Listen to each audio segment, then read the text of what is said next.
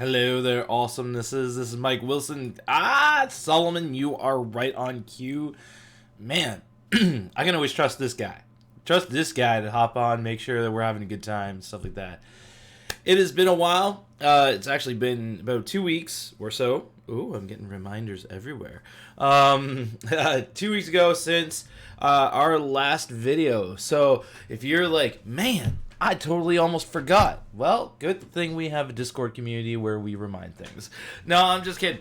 No, last week I was at a training kind of thing. It was kind of cool. It's 3 A's, and so you might be like, Wilson, what are the 3 A's? Hello, Canadian Zordon. Hope.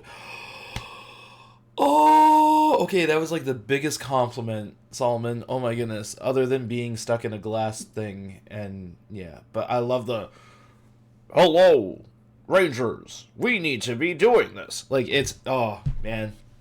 Yeah, I don't mind being Zordon, so I appreciate that. But also in the comics, Zordon is like boss, so just saying, he's kind of cool. He was like the original White Ranger. Anywho, sorry, I am so digressing off of that. Last week I was at this cool training conference, or training thing that was going on for 2 days, 3 A's, and how does that work in team dynamics. So that was really kind of cool, able to learn some stuff, able to like extrapolate some stuff that can be helping grow what we're doing here and getting more awesome peeps involved and invested in what we're doing. It was very practical. It was very cool. And so we got to do that, but I did miss y'all wonderful people online and all y'all checking out what's going on here. And well, also last weekend I got to hang out with, the Jedi and the Ninja. Like, it was good. It's been good time and good fun, good craziness. And so, yeah, y'all should be jealous because hanging out with Ninja and Jedi is always a good time. We didn't get to nerd out too much. Actually, what were we thinking, Jedi and Ninja? Like, you're probably going to watch this later and go, yeah, like, we didn't nerd out hard. I got some, like, graphic novels, which was pretty sweet.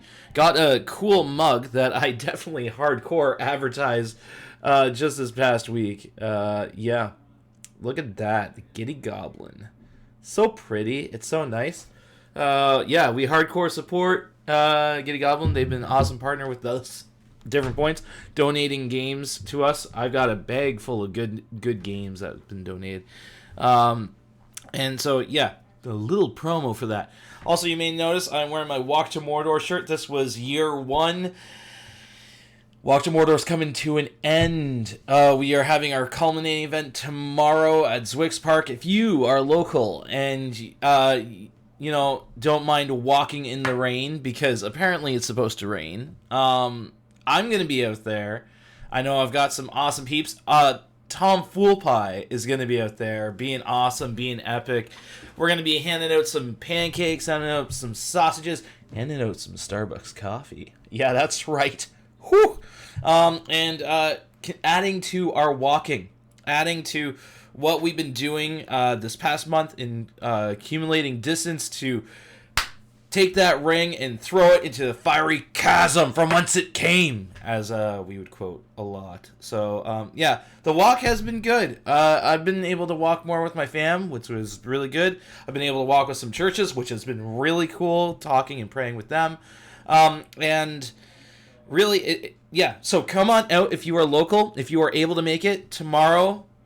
That's at Zwix Park here in Belleville, happening from 10 a.m. to 12 p.m. It's going to be a good time, good fun, good food, and good fellowship, because you'll be able to see more people than just me there, who is a participant, but other participants, and maybe, ask them, hey, what's the Mordor that they've been facing? Because it's been really cool to be able to see that. And we're also handing out our t-shirts. They're red this year, so like, ooh. Yes, and hydration, 100%, Solomon. Hydration is an important thing. That's why coffee is water, right? I'm sorry, that was really bad. That was supposed to be a joke, but that didn't work. Anywho, no.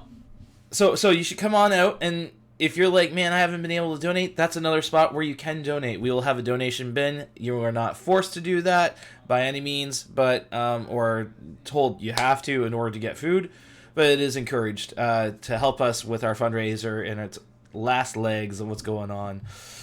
Yeah, so that's what's been going on. A lot of walking, a lot of fighting, mortaring, a lot of good time checking with this community.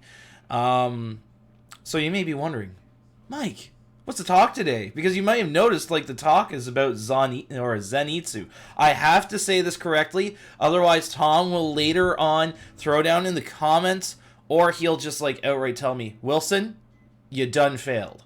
And rightfully so. Because I keep on saying Zon instead of Zenitsu. We are going to be talking Demon Slayer. What up, Demon Slayer? It's a fantastic anime. We've talked about it at different points. We've brought up Tanjiro at some points. I love repping my man Inosuke. Inosuke! He's pretty cool. Pretty wicked awesome. But one guy that I have to say this. Some of you might be like, I don't know if I want to watch Wilson's streams anymore. I get it, okay? I get it. I might cause a divide here. I cannot stand watching Zenitsu. I literally can't, man. Like, that dude...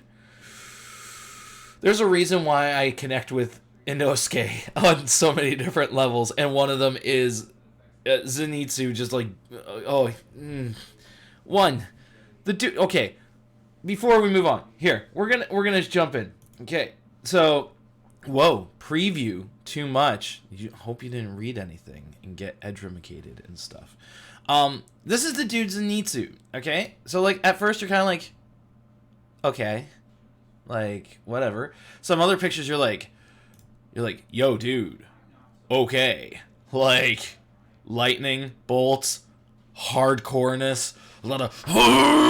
And it's just like you feel like Super Saiyan vibes a little bit, but it's not spiritual pressure. It's all lightning and stuff like that. I don't know. It's weird. Yeah, but the main issue I have with Zenitsu is more so when he is like in this state a lot. He's just like very sad. He's very upset all the time, and he's freaking out. And then when he's not freaking out, he's trying to essentially try and go out with Tanjiro's sister, like so many times, and it bothers me like a consistent amount. Like the guy is a guy who's all about trying to get to the girls, and then like he finds out Nezuko is beautiful. Oh, Nezuko, and you just like if I was Tanjiro, that dude's gonna find the backhand very quickly. I'm just gonna say that. Like he's aggressive, man. I can't handle this guy. And then whenever a dangerous situation, he's like freaking out. He's just like, why is this a thing? Like running around nuts. Like last night. So those of you who haven't watched it, you should watch Demon Slayer. It is fantastic. Despite this guy, just throwing it out there. We were watching an episode where they're in the forest and like there's like these demons that are all spider affiliated, which FYI, I'm arachnophobic, so like that whole thing, it's not fair that spiders are in most things. I'm just saying it makes it cringe. Hoy. Anywho, there's like spider things that he's dealing with. And, of course, Tanjiro and Inosuke are just like, get out of the way, you little people, I'm going to destroy them. And you feel like Inosuke just rushing up, proving his awesome manliness, and, of course, wearing a giant boar head, because who doesn't do that? That's awesome. But running around, and Tanjiro is, like, just trying to help people, because Tanjiro is, like, a bleeding heart every 5 seconds. It's beautiful and amazing. Like, even how he destroys demons, it's in a way that's healing them inside, and it's like that's not fair. That's higher levels of butt kickery. That's, how dare you, sir? You're bettering people when they die. Like, unfair standards. I'm just saying. But like in all legitimacy, they are going nuts. Meanwhile, Zenitsu is like just trying to get the flip out of there. He does not want to be anywhere near a demon. He is freaking out. He doesn't like it's not happy zones for him. And then of course he finds the freakiest demon that looks like a spider and then has spider babies everywhere trying to kill him. Like, it was uncomfortable for me to watch. I've said that a few times, and I still very much mean it. But, like, this is the weird thing about Zenitsu, all right?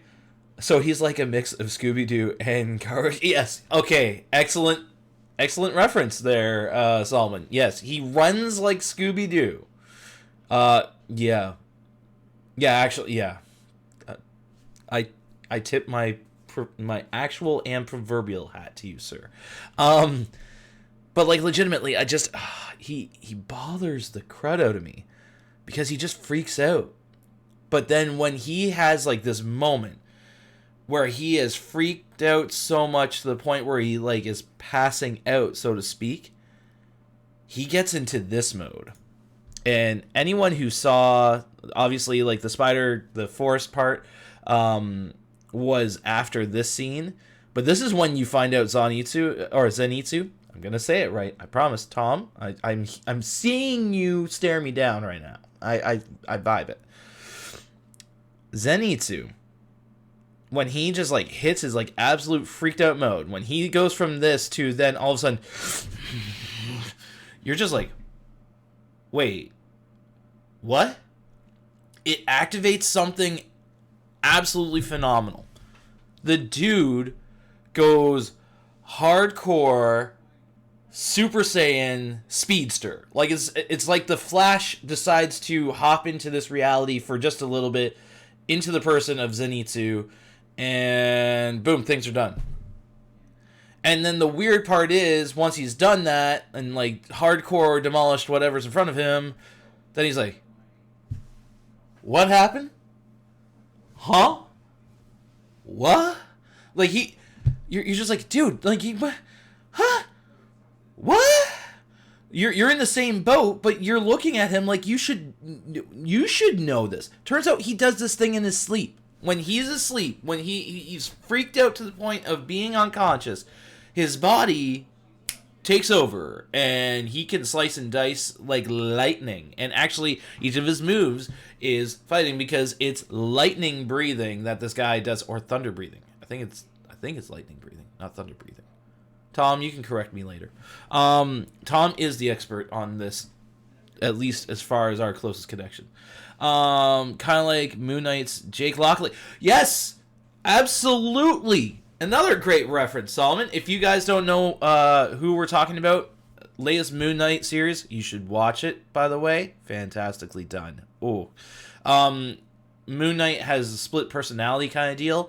One is definitely like average Joe. All of a sudden the other one is like hardcore spy, gonna own your face because he's the guardian of the night of this Egyptian being that's all off of the moon and stuff like that. But like he has wicked powers that's really cool and stuff like that. And essentially butt kicks really, really hard. It was fantastic. Yeah, essentially it's almost like Zenitsu has this, except it doesn't seem to be a double personality. It just means like his body just takes over, and not in response of trauma. It's just weird.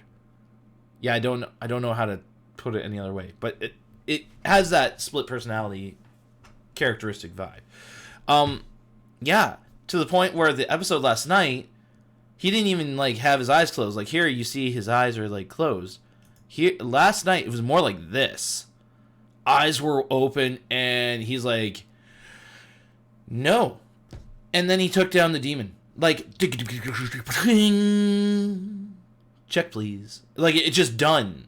He's gone. He's taken care of. It's like, adios muchachos. Did not want you here anymore. I'm fine now.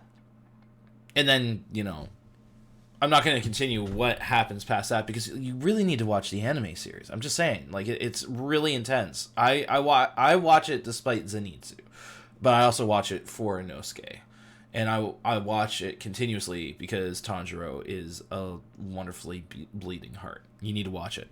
So you may be wondering, how the heck do you connect Zenitsu with anything biblical, right? Because, like, this guy, he seems like nothing. He seems like why is he even a demon slayer? How is he even a demon slayer other than these wicked epic moments that he just all of a sudden shows up and starts butt kicking, like you see that in the background there. Those of you who are hearing my wonderful voice, there is a decapitated demon.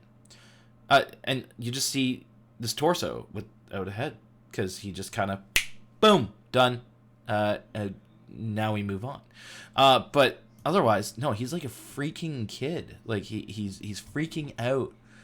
He doesn't want to be in the fight. Every time there's a fight, he's running away. He doesn't want to be anywhere near it. And then all of a sudden, switch, boom, takes him out, goes nuts, goes ham, and it does wicked awesome beatdowns. It's so good.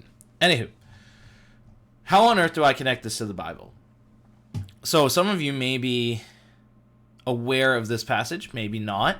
It's a pretty popular one. So I'm going to recite kids' nursery rhymes, right? Or kids' Sunday school rhymes is what we've done with our kids, right? So, like, we've got in the Bible, so the song, Jesus loves me, this I know, for the Bible tells me so. Little ones to him belong, they are weak, but he is strong.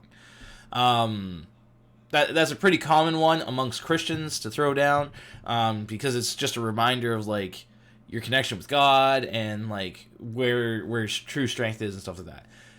That's actually what I want to emphasize here today. Not the song, but where the song comes from. So if you want to follow me over to 2 Corinthians, yes, oh, excellent, wonderful, it's right there. To 2 Corinthians 12, and obviously we are going to give clarity to the context, right? Always context. Solomon knew I was going to probably bring it up. He was like ready, like, just come on, Wilson, teach us proper stuff. So context, absolutely. So any of you who know Paul was formerly Saul. Saul was trying to kill all Christians, kind of rough, kind of brutal, and Jesus sees the potential of this dude, and obviously it's going to stop more persecution or death of Christians. So, blinds him, tells him, like, what the heck, why are you trashing me hard? And after being blind for several days and going to this dude Ananias, who was going to heal him, which Ananias is like, do you know who this guy kills? Awkward moment. But he still does it. He heals Paul, and all of a sudden Saul can see, and then he's supposed to do missions or ministry for the Gentiles, which, FYI, is me and you. And unless you're Jewish, you are considered a Gentile. Just throwing it out there in case you're reading your Bible like, how does it relate to me? Anything that says Gentiles, that's hi. That's us. Just a FYI. But here's the thing, right? Like, he had some pretty intense moments that he could share in. So this is all in concerning to this thing that Paul was able to have a vision. So this is all about humility on this case. So get ready for it, all right?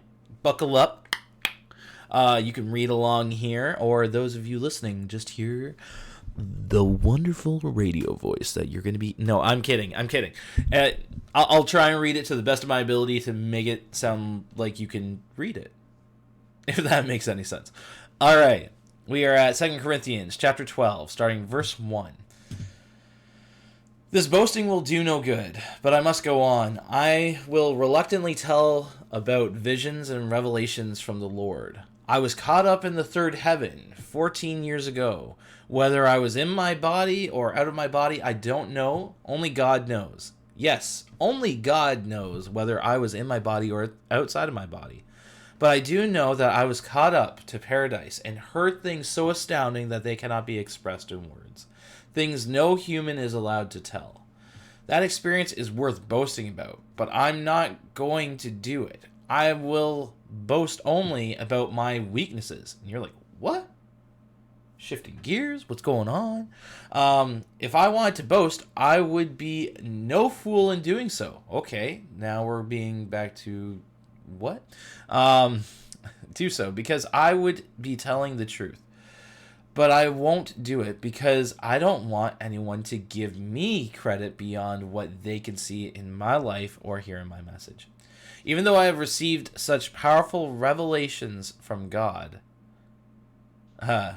So, to keep me from becoming proud, I was given a thorn in my flesh, a messenger from Satan to torment me and keep me from becoming proud.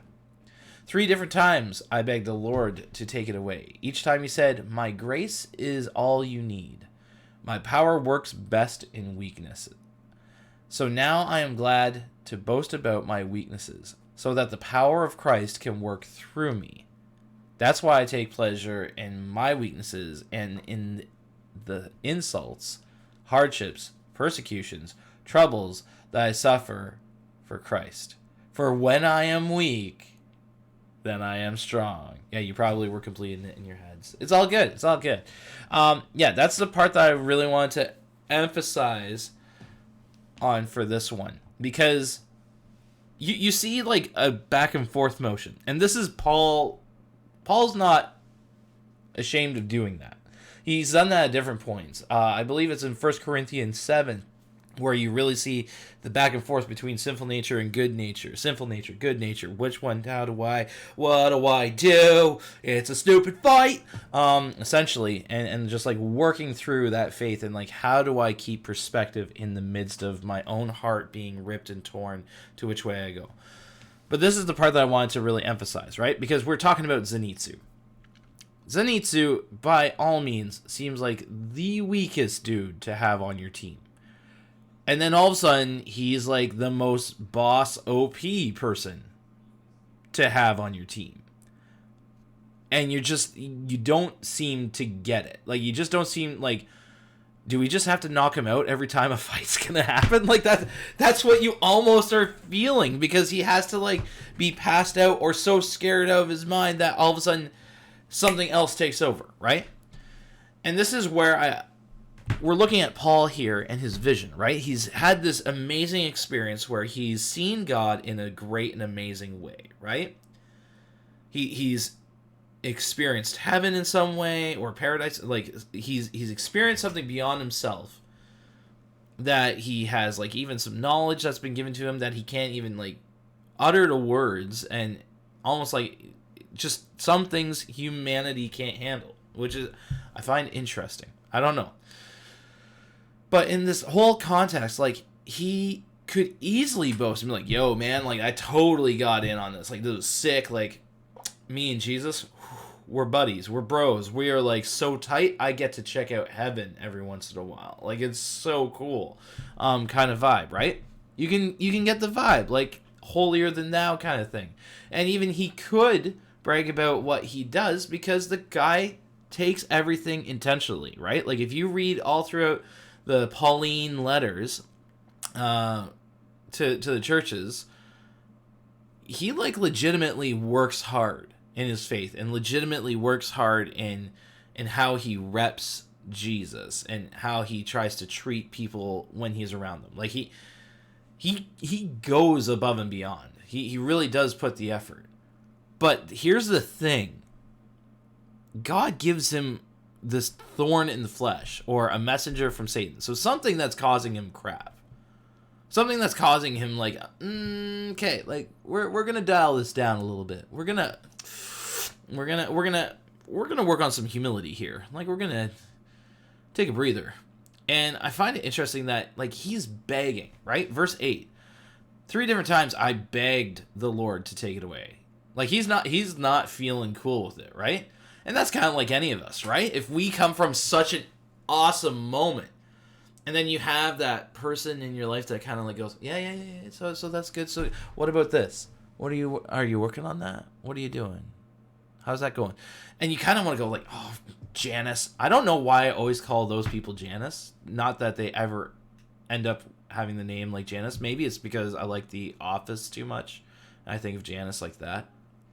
Maybe. I don't know. It's weird. But sometimes you have those peeps that they're going to humble you. And in this case, it doesn't sound like it's necessarily the most comfortable thing. Like, it's not like a person that's coming up. It's something nagging in his head or his heart, or like, because if you have a thorn, and maybe you haven't worked in a rose bush, which FYI, just don't do it. It hurts, and you get cut up, and you do get thorns, and they're not fun. Or even with thistles. Oh, those... Oh, it's so disgusting. Anywho, I'm feeling very uncomfortable. Those things bother you. And not only that, there's this thing that's been shoved into your skin, your epidermis, but also, like, if you're not careful, that thing can grow into an infection. Like, that can create a problem. That can be really an issue. And, like, if you use your hands and you get that infection makes things very difficult for doing things. Because you're just like, that hurts. I'm trying to do things and it's not working. This is almost kind of like the vibe that we're getting from Paul. And he's just like, what the heck? But each time he brings it up to God, what happens? Each time God says, my grace is all you need. My power works best in weakness. My grace is all you need. My power works best in weakness. Kind of reminds you of this blonde-haired kid that freaks out at any sign of badness.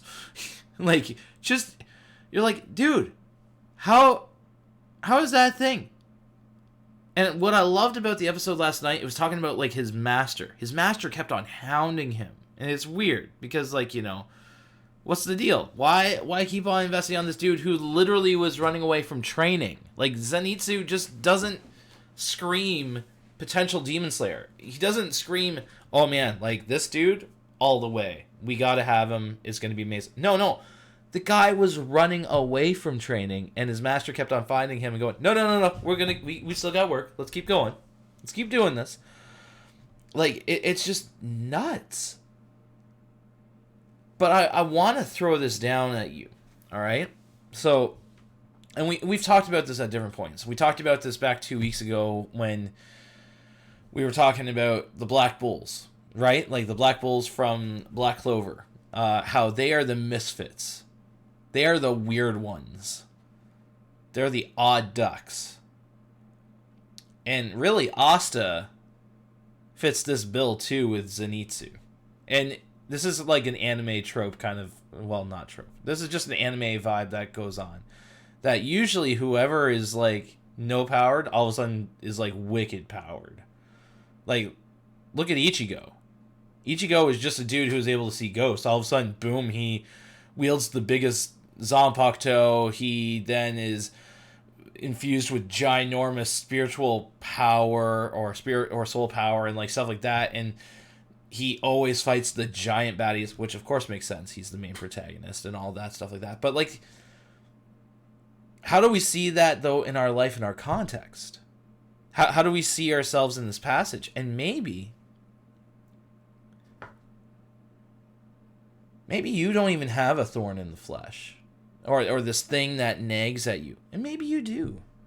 Maybe that's some anxiety that you've been picking up. Maybe some depression. Maybe that's some other stuff. And I'm not saying that depression and anxiety are just something that you pick up. They can definitely be picked up by other people. But some people just have that and have to work on that and have to deal with this on a daily basis. Almost like they operate at 50% right off the day. Like, that's hard. That's hard to have a push, a drive, a vibe on being able to keep on going, right? But maybe you need to know. And I don't know. Again, we're looking at Paul's context here. We're looking at Paul and how he's doing things. He's desperately looking for God to take this away so that he can keep on working, right? He's just like, man, this is like stupid inefficient. Like, can we get moving? Like, I know what I'm supposed to be doing. I know how to do this. Like, can we just... And God's taking the, like, no. No, because, no, it's not about what you can do at this point. It's about what I can give you. It's about what I can do through you. And that's such a typical Christian answer. You guys may be rolling your eyes on it. I get it. But legitimately, that's something that we need to get. And I'll vouch as a dude who is doing this as a ministry and stuff like that. You can easily get in your head of like, man, I do so many things. Like, the ministry can't survive without me. And that's a problem to say that. That actually should be like, whoa, yeah, that's not good. Something should not have a capacity or should not be at a point where like it couldn't survive without you. In fact, the Bible talks about that, how we're to be disciples, right? Like disciples train disciples. We are going out and making the disciples so that we are able to pass on stuff to continue the legacy of Jesus. That if it's all hinging on you, we got to do some evaluating. And that's one thing that I've really had to work on lately is this whole, there are some things that I feel mentally and emotionally bogged down. And I love this job. Like, I love what I do here. I love hanging out with you guys. I love being able to talk nerdy and dive into faith. And so, like, I thank you guys for, giving me the platform to be able to do this and to keep on showing up. Like, it's awesome. It's a great blessing, but it's also a great responsibility. And I will admit, I've done this where I've held on to it and done it on my own for too long. And I thank guys like Ninja and Jedi and Tom who are willing to call that kind of stuff out and go like, Wilson, no, you can't be doing that, man. And this isn't about me. I promise. But this is sharing and to give perspective on how I can get where Paul is at. And you just kind of want to go, God, like, can I just keep going? Like, can we keep moving? And God saying like, no. Where's the real power come from? Real power is from God. Real power is in the grace that he's given us, right? The grace that, we are able to be connected and affiliated with him. We've talked about that in the past, right? Like how we are children of God. We are sons of God, that we can call his name and we are transformed because we are then connected to God. That spiritual warfare can be done because we are affiliated with God and affiliated with Jesus. Like, that's the big thing. He's the grace that we need. He's the thing that we need. And we are only seen as potentially strong because of him. And really the strongest point we are is at our weakest. We are Zenitsu. Promise. Sorry, Tom. We are Zenitsu, but we're Zenitsu in this stage. We're eyes closed. We are so terrified that we have to lean into God and go, God, I need you. I need you helping me, guiding me, taking the next step because I'm too friggin' petrified. I am too dead tired. I am wounded beyond what I can handle. And it's all of a sudden like, boom! Something happens. Something big happens. And I think of it as a shift in the heart. It's a shift in the heart that God brings about and goes, all right, let's go. Let's do this. This is awesome. This is going to be really cool. And he's faithful. Just like as soon as Zenitsu goes into that mode, boom. It happens. And it's nuts. Jaw-dropping, hokey dyna. He just did all that. Eyes closed, or weird unconscious, eyes open, but eyes are glowing. What the heck is that kind of mode thing going on? Like, I'm saying it in jest, but I'm saying it with absolute honesty. And I've said this time and time again. Coach and I, aka my wife and I, have seen that time and time again. When we feel like we've been at our weakest, our lowest, God shows up in so many cool ways. I love the band 1,000 Foot Crutch just simply for their title. 1,000 Foot Crutch. God is that. And we are supposed to lean on him. We are supposed to trust on him because he's able to do this. And so what does that response then look at us? You see this shift for Paul. And what he said, 1,000 for crutch. I have. Yeah, you bet you've gone back in time there, Solomon. that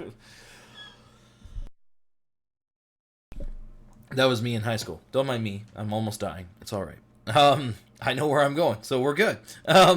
Just kidding. It's all good. But in all honesty, though, like that's the thing about it, right? It's not about our strength. It's not about what we do. But Paul has this hard shift now. Like, he was annoyed about his weakness. Now he's like, so now I'm glad to boast in my weakness so that the power of Christ can work through me. So now he sees it as a catalyst. It's like, you know what? I need to remember that I can't do things without God. I need to remember that I am merely human. I need to remember that I've got things that really are not amazing. And it's not to browbeat. No, like this, browbeat's one thing. Browbeating yourself on things that you've screwed up on, no, that's an attack. That's just like not working past the grace that you've been given. And remember, grace is this idea of a gift. Mercy is an idea of a gift. This is something that's given to you that you were not deserving. God's grace is all you need. What he gives you, that blessing that you should not even be deserving, is something you need. Because he is that. And so, verse 10, that's why I take pleasure in my weaknesses and in the insults, hardships, persecutions, and troubles I suffer for Christ. For when I am weak, then I am strong. And you see this time and time again. And I encourage you to check out the book of Acts. It's amazing. We've been going through it with our nerdy Bible study group on Thursdays, so just last night. And every time it seems like there's a setback for Paul, it actually becomes a catalyst for something bigger. Yeah, like it's absolutely nuts. Specifically, if you look at Acts 23, he is in charge, like in front of this high council of Jewish leaders, and he says one thing. There's a riot that's going to happen, and it looks like they're going to potentially kill him. And you're like, oh, dude, like, this guy is euchred. Like, he gets arrested, he's put in jail, and then the governor, or the commanding officer is like, man, we got to take this to the governor now. We got to make sure he's safe, got to make sure things are going to be okay. And even the governor's like, well, he's a Roman citizen, so I think we need to take him to Rome. Yeah. We're going to have to deal with him over there. So bring him over here. Like, bring him to Felix, this other guy. Like, progression's going. He goes from a small audience in Jerusalem, small audience, to now a higher court, which is like a bit of a larger audience in that it affects a larger community, to now a governor, which is in charge of a larger branch of an area, to then he's going to Rome. And he's going to try and make his appeal to Caesar, to the emperor. It just kept getting bigger, but then the situation always seemed to get a little worse and worse. Like, to the point where it's like he had no control on it. But that was the cool thing. He didn't have control over it. God had control over it. And out of that, you are getting these letters for Corinthians, Colossians, Ephesians, Philippians. Like, it just, all these Pauline letters of churches that he's visited are done in a jail cell. And now we can read, we can process this weakness that seems like, what can I even do behind bars? He's still witnessing to soldiers around him. The guy just doesn't know when to quit. It's kind of cool. It's kind of amazing. He just keeps on going at opportunity after opportunity because God's bringing these opportunities. They may be annoying to him. They may be like stuff that he wishes he could do just differently because his heart is to be sharing Jesus no matter what. But that doesn't stop him from sharing Jesus no matter what. And it's just so cool. So that's the one passage. So we sat a fair amount in 2 Corinthians 12 verses 1 to 10. Reread in your own time. Digest it. process it. And if you got questions, throw it into our Discord. You should join our Discord community. Another connection that I see with Zenitsu, all right, is this other passage. And I think it's so funny. When we talk about how God just does things backwards. Like, we even talk about the reverse kingdom, that the lowliest servant is higher than the most wealthiest dude. Like, God just goes, yeah, no. Yeah, no. That's not how we're going to go about it. That's not how we're going to do things. And like he just has this heart for that. It's kind of crazy how he just... I can't really explain it. He just flips our logic around and just says, yeah, no, I'm going to show you different. So here's an example. We're going to be looking at, again, 1 Corinthians. So he's speaking still to the church of Corinth. And this is in chapter 1. And specifically, we're going to be looking at 27. But I want to note, this is all about the wisdom of God, right? Like how he does things, how he handles things. So we're not going to talk the first part and get this process. I really do want to emphasize this wisdom of God here, okay? So if you're reading along with me, it's going to be 1 Corinthians chapter 1, and it's going to be verses 18 to 31. We're going to digest that and kind of break it down. And then we're going to sit on 27 for sure. But we're going to work on this. All right. So starting at verse 18. The message of the cross is foolish to those who are headed for destruction, but we who are being saved know it is the very power of God. As the scriptures say, I will destroy the wisdom of the wise and discard the intelligence of the intelligent. So where does this leave the philosophers, the scholars, the world's brilliant debaters? God has made the wisdom of this world look foolish. Since God in his wisdom saw to it that the world would never know him through human wisdom, he has used our foolish preaching, which sounds really weird to say, to save those who believe. It is foolish to the Jews who ask for signs from heaven, and it is foolish to the Greeks who seek human wisdom. So when we preach that Christ was crucified, the Jews are offended, and the Gentiles say, well, it's all nonsense. But to those called by God to salvation, both Jews and Gentiles, Christ is the power of God and the wisdom of God. This foolish plan of God is wiser than the wisest of human plans. And God's weakness, that again, we're sitting on this theme of weakness. God's weakness is stronger than the greatest of human strength. Remember, dear brothers and sisters, that few of you were wise in the world's eyes, or powerful or wealthy, when God called you. Instead, God chose things the world considers foolish in order to shame those who think they are wise. And he chose things that are powerless to shame those who are powerful. God chose things despised by the world, things counted as nothing at all, and used them to bring to nothing what the world considers important. As a result, no one can ever boast in the presence of God. Oh, this is very similar to what we were just reading, right? God has united you with Christ Jesus. For our benefit, God made him to be wisdom itself. Christ made us right with God. He made us pure and holy, and he freed us from sin. Therefore, as the scriptures say, if you want to boast, boast only about the Lord. Mic drop. Legitimately, just dissecting this, right? Like the whole idea of why is Christianity even a thing, right? Like the very proponent that Jesus defeats sin and death by dying.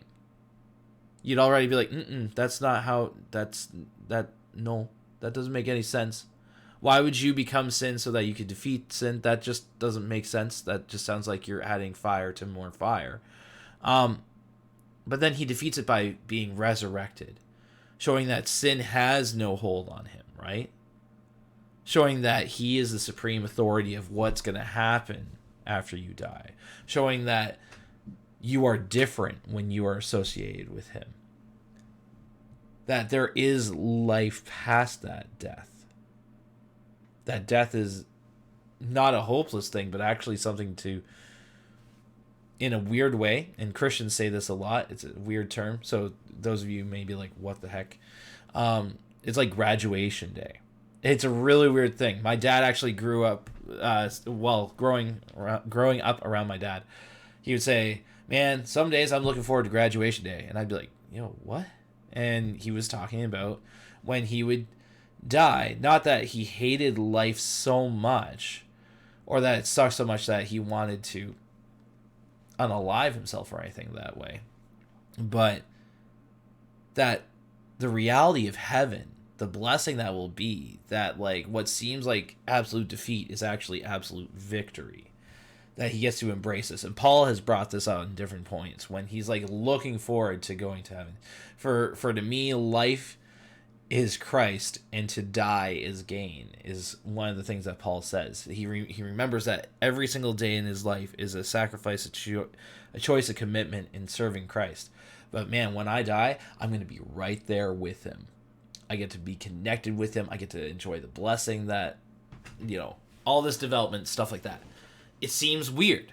Like, it to anyone, it's just like, no. Like, enjoy the life, enjoy the present, enjoy the now. Absolutely enjoy that. But have a perspective in mind. Have that focus, right? And, Paul throughout this time is pointing out the contradictory natures that happen within humanity, right? This pull back and forth of like, well, this is wisdom. No, this is wisdom. And then whenever Christianity comes up, it's like, no, that's just stupid. Like, legitimately, it just, to people looking at it, it's just like, why would you even do that? The very concept that you're supposed to love your enemy. Jewish culture is like, what? No, that's dumb. Eye for an eye, tooth for a tooth, man. And Jesus is like, no. Like, someone asks for your cloak, give him, or like your jacket, give him your cloak too. Like, give him more, abundant. And you're just like, that doesn't even make sense. You're right, so you just do it. You're going to outbless the person that doesn't like you. Which is really weird. Because how are you likely going to stay angry at the person if they bless you even when you're angry at them? Like, that just, if anything, that's going to make you frustrated on you, that like, you took the high road, ding nabbit, stop it. And it's just kind of ridiculous. But like, this is the logic of God, right? This is what wisdom is. This is God's wisdom. And I really, oh my goodness, 26 to 31, right there is a beautiful wisdom perspective on the gospel. Remember, dear brothers and sisters, that few of you were wise in the world's eyes, or powerful or wealthy when God called you. Again, looking at this dude, Mr. Zenitsu, Mr. dressing up weird, freaking out in every situation, goo girl, crazy, just nuts. Absolutely, like, you would not want this dude as your demon slayer if you're in trouble. You don't go, man, I want that dude. No, you're going to look at Inosuke and you'd be like, he looks like he's going to headbutt everybody to death. That's like, he's got the boar mask. Let's go. Like, he's so insane, we should just go with that guy. That makes more sense. Zenitsu is not that vibe. Anyone would look over him and just be like, absolutely useless. Even when the selecting process, like, Zenitsu just barely is like, I made it. I'm alive. What the heck? Like, he doesn't even get it. He doesn't even fully realize it. But that's the cool thing. God chooses the most weirdest random people. The very idea that I get to be here and talk with you guys, a lot of people could be like, there's no way that that's going to make any headway. Guys, legitimately, I started this thing in college. just because I was nerding out and couldn't get it out of my head, so I had to put it somewhere. And now it's turned, and this is not again about me. This is not again about, look at how amazing or how Wilson figured out a niche. No. This is about God turns something that just seems like that's a weird thing to focus on or to be doing. And goes, yeah, it's kind of cool, isn't it? Like, you kind of like have like the Wild Eyes vibe of God. Like, it's just like, yeah, let's do it. And just, that's the way he does things. That's the way, because again, it's his strength, right? Instead, God chose things the world considers foolish in order to shame those who think they are wise. And he chose things that are powerless to shame those who are powerful. It's like, oh, no. You think you've got it figured out. Let me show you. You don't have everything figured out. Because again, you're not God. The authority, the power, the blessing, the grace that's been given is from God. So in verse 28, God chose things despised by the world, things counted as nothing at all, and used them to bring to nothing what the world considers important. He's flipping it on its head. He's messing with it. Going, no. This is actually really important. These things are important. Nerds are important. Nerds are loved. Nerds can connect to theological ideas. It's just really different. Nerds have aha moments when they're watching anime that connect to Jesus. And I've been blessed to be able to see that in some of our crew, where they have aha moments. Have cool moments. And if you guys watched Nugget's stream yesterday, like, his mission trip was a ginormous aha moment. Like, the opportunity is there. God does things just totally different. But again, it's all in boasting in God, right? As a result, no one can ever boast in the presence of God. No one can say, I've earned this, I'm amazing, I've realized this. No. God's the one that guides. God's the one that provides. God's the one that empowers. It's like Zenitsu. Zenitsu really can't claim this moment as his. He's trained for it. Yeah, he has. But when it's activated, that's not him. In that moment, he's not even him. He is allowing that training to overcome. Solomon, you throwing down. Now all the knowledge and wisdom that is in creatures, whether angels or men, is nothing else but participation of that one eternal, immutable, and increased wisdom of God. Yo! Okay, I'm going to reread that for everyone. Don't mind me. Again, I'm not dying. But you guys need to hear this, because that's actually a fantastic quote. Solomon, who is that quote, by the way? If you can throw that down. But that's a knowledge bomb right there. All right, I'm going to reread it slowly for you guys can hear it. Now, all the knowledge and wisdom that is in creatures, whether angels or men, is nothing else but a participation of that one eternal, immutable, and increased wisdom of God. Ooh! Right in the feels. He punches him right in the theological brainness. That was like Zenitsu. Wrote is from Ralph Cudworth. Yo! Okay. Special notes to all y'all.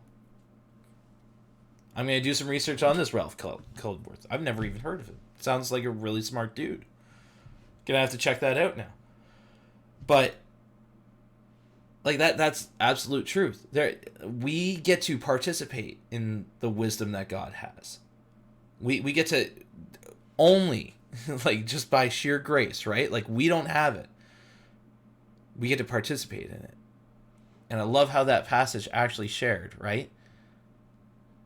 Verse 30, God has united us with Christ Jesus. For our benefit, God made him to be wisdom itself. Christ made us right with God. He made us pure and holy, and he freed us from sin.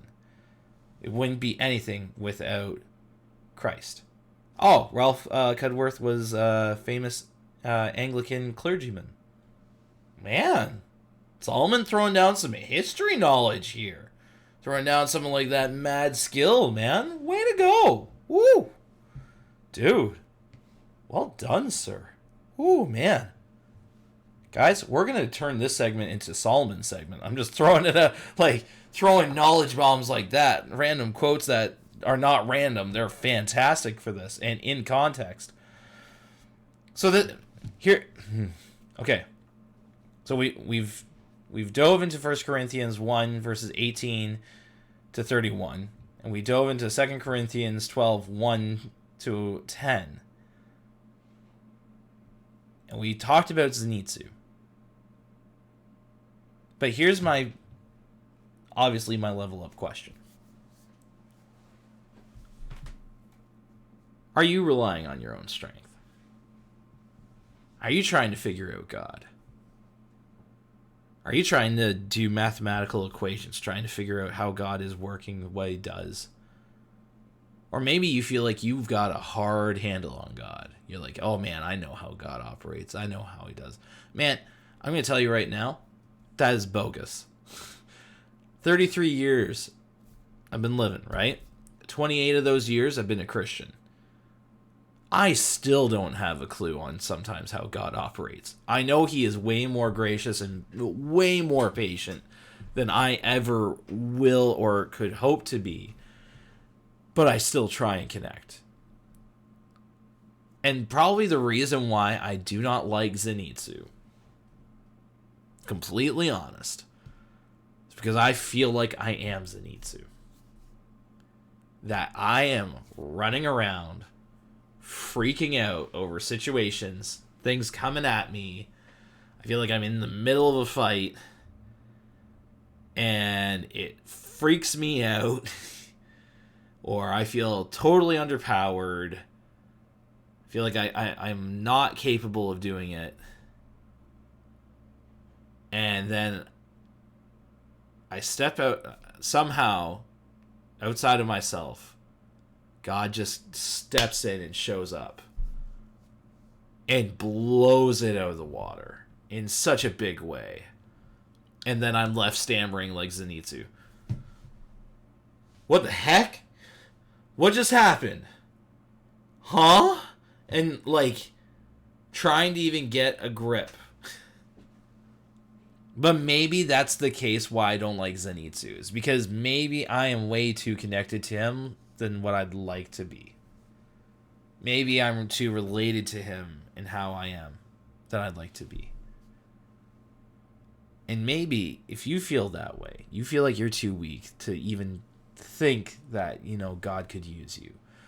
If you feel like there's no way God could use me, man, hey, watch our last level up talk.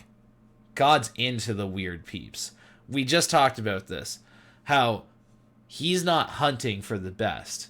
He's just wanting you. He wants to connect with you. He is calling you to just trust, lean on him. Trust his wisdom. In fact, it's smarter to just start off with that. It seems weird, but trust me, it does work.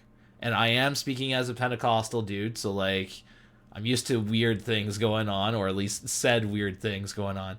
But I mean it in the absolute honest way that Acts has proven all throughout it. When you lean on God, when you trust in him, you don't think on your own logic, you trust in God's logic and how he does things. Guys, that's when thunderclap, and all that thunder breathing that Zenitsu does just shows up. And man, does it have impact. That's how God does it. And it's not anything that you can boast about. It's all about God and leaning on him. So are you trusting in his wisdom? Are you leaning on him and realizing you are weak, but thank goodness he is strong? Just some thoughts. Anywho, I'm gonna pray, and then we're gonna peace on out. And yeah, knowledge bombs were dropped. Oh my goodness. Yep, now I know why I don't like Zenitsu, because I'm Zenitsu. Isn't it funny how that happens when you just like chat about things and you figure out things because you chat through it? Dang it, Solomon. How did you convince me that? How did you manage to help me figure that out? You genius guy. Come on. Sorry. I'm just being a goof, but cool. I'm going to pray. God, I thank you again today. Thank you that we are able to chill here and talk nerdy stuff, talk about anime, talk about Demon Slayer, talk about Zenitsu, character that bothers me to the bone. But realizing that the reason why I'm bothered by it in the bone is because, well, Zenitsu is me. I am weak. When I'm in stressful moments, I freak out. I'm running around. I feel like I don't know what to do. I get distracted on other things. I am the least likely person to be a demon slayer. And yet you took the time to invest in me. You still take the time to invest in me. Because when I lean on you and not on my own strength, oh my goodness. There's a threat in that. There is danger. There is awesomeness because you are amazingly powerful. Your wisdom, your power is just something we can't handle, comprehend. It just doesn't make sense to us, but that's how you operate. And it's wonderful, amazing, and wowness is the word that pops out. But God, I just thank you that you don't operate the same as anyone else, and that we can come to you and we can say, I need help. And we can call on your name. We've talked about that in the past. And know that you will answer. You are faithful. Just like when Zenitsu gets knocked out or freaked out to the point where he's knocked out, there's a switch. And it does amazing things because you do amazing things. It's not in our strength that we can boast, it's you. Help us to remember that. Help us to watch our humility in that too. To always come willing to learn, always willing to see that we're a continuous work in progress. That's why I thank you for the idea of level up. We are always working on leveling up and taking that to you. Because our strength is only found in you. Be with us as we peace out for the rest of the week. We ask in your name. Amen. Cool. Nerds. Oh, join the Discord, people. Trust in God. He will never let you down and only ever lift you up. He will always give you shelter in your coldest and darkness nights. Dang. You know what, guys? Like, maybe we should just have Solomon preach one of these times. Well, not preach, but, like, teach. Man, I feel like you got knowledge bombs waiting in the wings to, like, bombard our brains and our hearts and reminding us of our need for God. That is so cool. That is solid stuff. But yes, join the Discord. Join our community. Get to hang out with us 24/7 then. And get to hear this lovely radio voice at different points in sort of the week. But enough of me. Thank you again for jumping on. Thank you for being awesome. Thank you for just being nerdy. And yeah, if you know anybody that would love to check this out, this will be available not just on our Twitch account, but also on YouTube at Graphic Word Live. Hit it up and nerd out. Peace, guys. Love you. Bye.